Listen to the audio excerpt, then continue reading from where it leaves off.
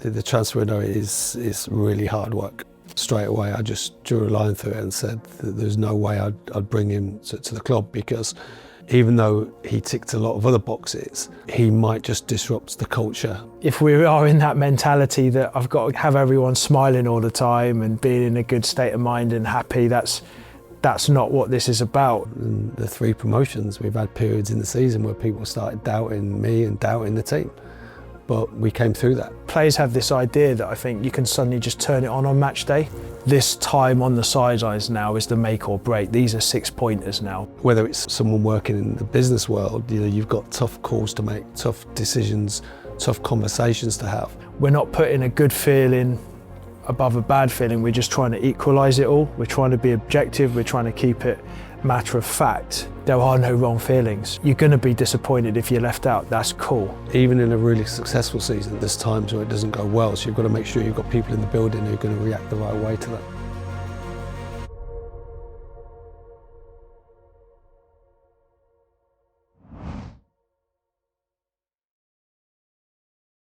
I think, first of all, it's about getting the dressing room right, bringing the right people in, always, that's so powerful. Analysing the personalities you've got and adding to that, so character-wise and player-wise.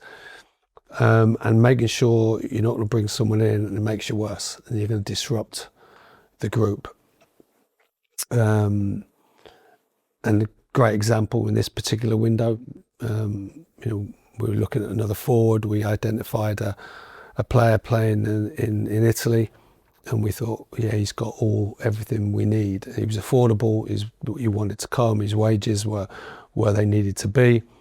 And then I started doing my homework on him and spoke to a couple of managers who'd worked with him in the past, and they both said the same thing. Basically, they said that on a match day he will impact for you, but during the week his professionalism is really poor.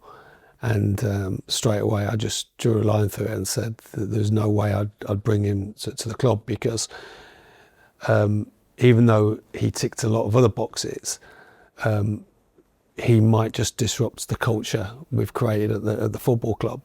And especially that he was going to be a big signing, he was going to be expensive, kind of that people could gravitate towards that rather than the good characters in the dressing room. So straight away I said no. And the great thing from my point of view, at Wrexham at the moment, the owners and everybody who works with me totally gets that. There was no, you're crazy, you're not signing this guy, he's this. Everyone totally get it, that what we've done well is building the dressing room right. I think for myself, as a manager, and the transfer window is really hard work, because you're preparing for games as well. You've got players you want to go, and sometimes those players you want to go, their focus is not quite where it needs to be, and it can detract from the group. I was very conscious leading into this window to get the message continually out there in the media that I was really happy with the squad we've got, and anyone coming in would just be additions to what we've got, will not be replacing anybody, because in January players can become unsettled with that, and then those games can very quickly go against you. The balance of the dressing room and the togetherness is so important. It's quite often when we're signing a player, I will always say to the coach or manager I'm speaking to about the player, what's he like when he's not in the team? What's he like when it's not going well? Because everyone's going to be a great lad when they're playing every week. It's when they get left out of the team, or the team's losing a few games. How would you see his impact? And you've got to get that right. You really have, because even in a promotion winning season, you're going to have periods in that season where it doesn't go well. And I remember at the start of this season, we didn't have a brilliant start, and people said, "Oh, this is the first time you've kind of, been coming under a bit of pressure, the results." And I said, no. In the 3 promotions, we've had periods in the season where people started doubting me and doubting the team. But we came through that, and the way we did, in a clear, concise way, finding solutions. So even in a really successful season, that there's times where it doesn't go well. So you've got to make sure you've got people in the building who are going to react the right way to that.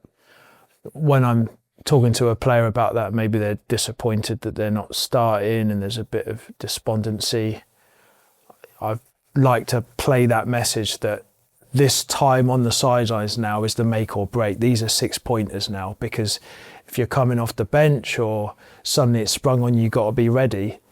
If you're not treating each day as being so important to get ready for that's critical. And I think it's an important message for players, because it is easy to let that despondency creep in, and then maybe not intentionally what you might say, your body language. But if you normalise each day as a 3-pointer, easier said than done, but if you can carry that sentiment, I've certainly some of the players we've worked with around psychology, when they've come off the bench, when suddenly they've had to start, they're ready. Do you know what I mean? They're ready, versus like, oh, I don't need to be on my A game because I'm not playing. There needs to be a continual intensity, I think, to keep on that action and process. Otherwise it falls flat, and players have this idea that I think you can suddenly just turn it on match day, that it's like an ignition switch, like, oh, I better knuckle down now. And it's common, and I get it, but if you can treat each day, win the day every day, then again that match day comes up, and then you're just conducting yourself in a way like you're treating it with the utmost importance. Yeah, 100%. Players out the team. Football changes quickly. 1 minute you can not be even on the bench, next bit you could be starting in the team, and you've got to be ready. And that is quite often the players not in the team are the most important ones during the week. And I think travelling away from home, for instance, when you're on a coach or you try wherever you're getting down to wherever you're going, is me and Steve and the staff speak a lot about getting the mood on that trip right. So we'll spend time leading up to that weekend, speak to the ones who aren't playing to explain why. And I think that's really, really key. And I think if you explain the reasons why, they're not always going to agree to that. But if you're honest with them, so to make sure that when the players are in the hotel and they're on the coach and we arrive at the ground, the dressing room, the mood is right. And, we played Queen's Park Rangers recently, and I remember in the morning saying we're leaving some really experienced players out the team today. And I'm going to speak to them all individually after pre-match. So I got a little chat. This is the reason we made the decision. Some were a bit protective over players who've just come back from an injury but still wanted to play. And I said, I don't feel it's the right game for you to play in. So we explained those decisions, and we went on to win the game 3-2. The subs came off and won us the game. And I remember saying to Steve and the rest of the staff afterwards, those chats in the morning, regulating the group, make sure everyone probably got us a win. Because if you have too many disaffected players in that dressing room, or the focus isn't there, I'm telling you now, it's very, very difficult to win games of football, because that will energy sap away from the ones who are starting. I think something that comes up a lot, some of my conversations, is like, oh, it's so easy to take it personally if you're not starting. Oh, Gaffer doesn't like the way I'm playing, and like all players do. But it's an objective decision. It's not a personal one. And I think players of being afforded that space to understand the logic, understand the rationale, is critical, because then you're not in your head feeling like I'm out of favourites, and it's having that space to be objective takes out the personal element, and that's critical. It's interesting, Sam, because we speak about it a lot, that having those difficult conversations sometimes is not easy for you as a manager, but you're best off doing them and doing them quickly. And I don't like being in a hotel or coming back to the game at the ground on a Friday and thinking, I hope I don't walk past that player in the corridor because I haven't spoke to him. There's going to be kind of an atmosphere between us.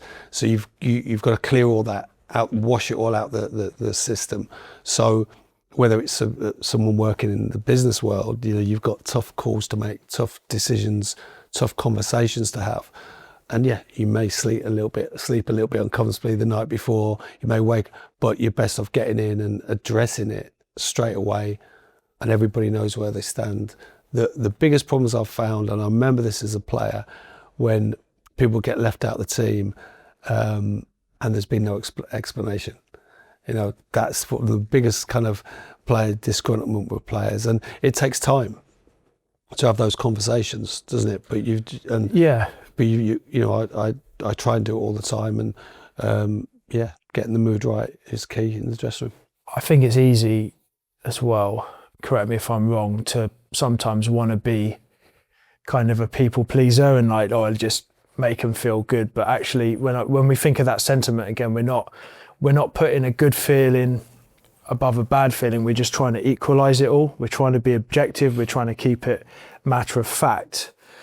Now, if we are in that mentality that I've got to have everyone smiling all the time and being in a good state of mind and happy, that's not what this is about. It's like that, again, that underlying pulse. It's like there are no wrong feelings. Yeah, you're going to be disappointed if you're left out. That's cool.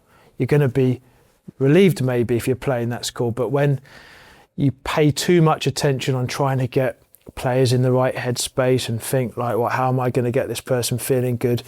Just like you say, knowing that the player is not going to be happy about it, and moving through that. I think probably something we haven't spoke that much about on that one, because it is interesting just by objectifying it and holding the space to feel that disappointment.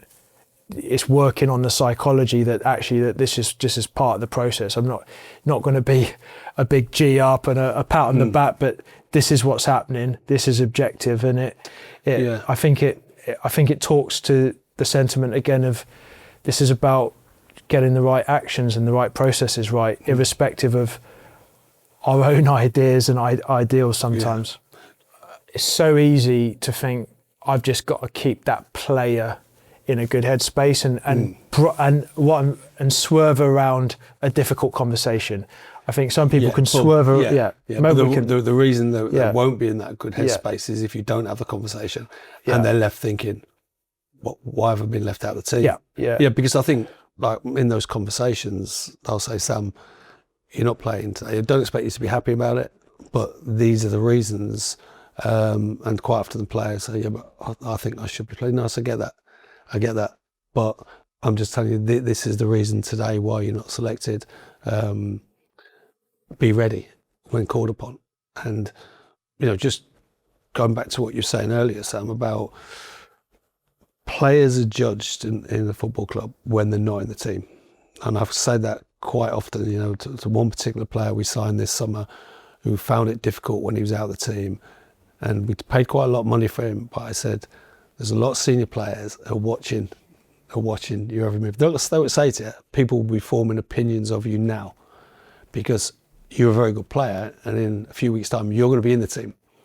So if in this period you don't conduct yourself properly, people will remember that. And I think it's absolutely key. I've got loads of examples of that in my career as a player and as a manager, where someone's come out of the team who's been a great lad in the team, come out of the team and has not been that team player anymore, and kind of disrupted the group, and the respect for that player will just fall through the floor from the rest of the dressing room. I think if a player's well-being isn't just anchored on playing, that it's about the training and being part of a group and connecting and supporting others when you're not playing.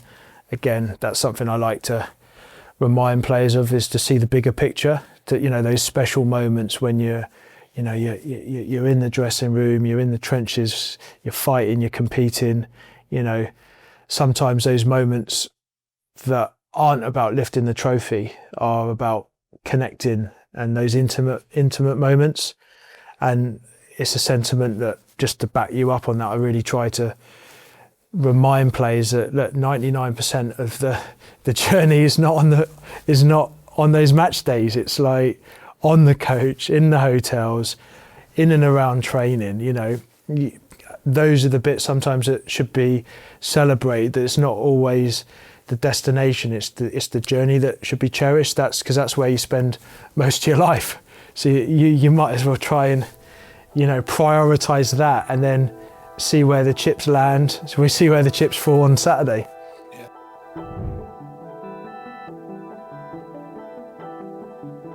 How important is it that you can trust a senior player rather than your coaching staff to sort of help foster that mentality?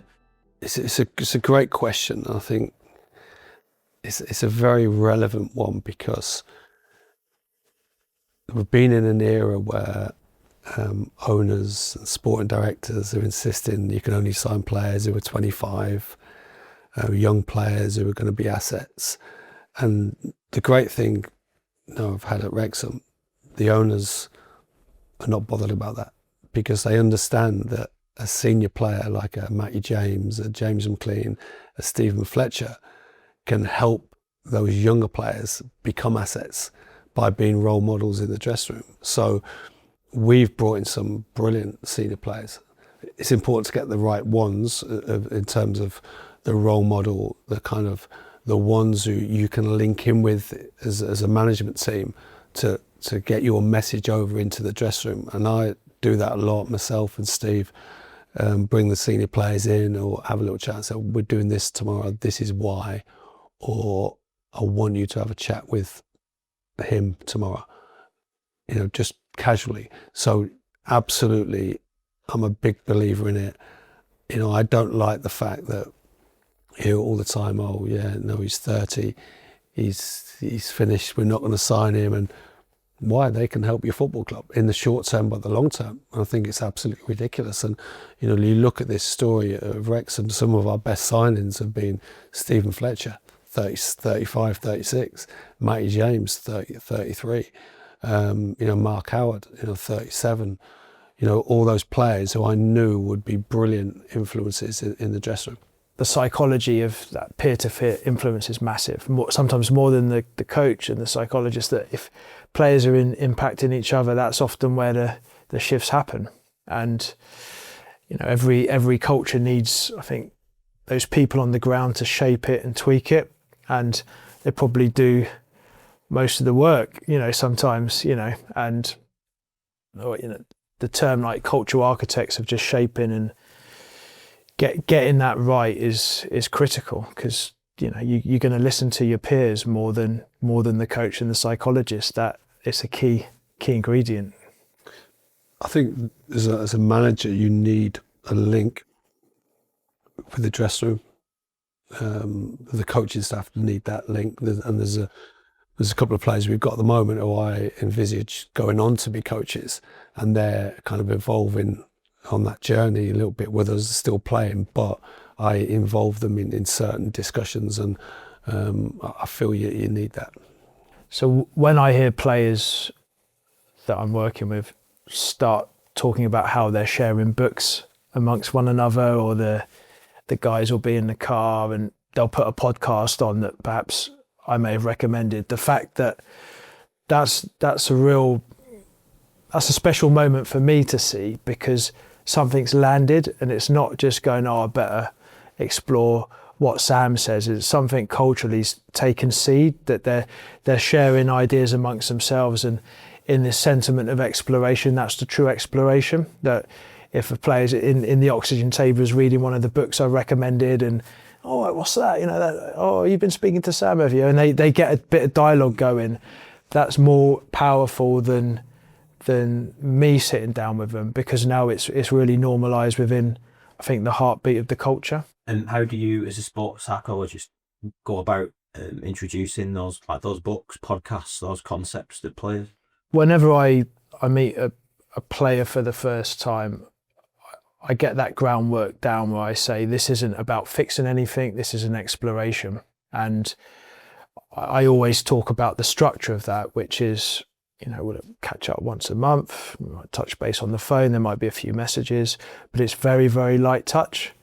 And I'll tell the player that, there's a load of resources you can explore in your own time, but to enjoy that, and it be led by the player's curiosity versus like, right, that's a book you got to get through. I don't certainly turn it into like homework. Do you know what I mean? Like if something's arisen in that conversation with the player, I'll go, oh, do you know what? I've got a book for you. You're going to love that. And then see it's coming from them. I'm just always conscious that I don't always get it right, that I'm not imposing my view on that player, that I'm really trying to meet that player where they are. You want them to be intrigued, don't you, from that initial meeting, and then explore it themselves. And we've found that a lot, haven't we, over the years. It opens out, that exploration opens out, and what's quite special about this exploration approach from their psychology is it's always rich. Like, time just flies by because you're talking about the truth. You're talking about their insights. They're seeing stuff for the first time in their own lives that are starting to make sense, and go, yeah, actually that principle there makes sense. But what happens is that principle just kind of manifests, comes alive in so many different ways. Like, oh yeah, that happened. That's why that happened. That's why that happened. And time just flies by, and never in that space again is there any advice. Really, the player just is talking away. And there's been a few times, this season and last season, where they've lost track of time and they've missed appointments, where they're like, oh, no way, is that an hour gone by? Like, I thought that was only 5 minutes. And I think talking of zone and being in the zone and connecting, that's also a little reminder for me. If I feel like a conversation's dragging, or like we're trying to force it and it's not flowing naturally, then that's probably a sign to knock it on the head. Yeah.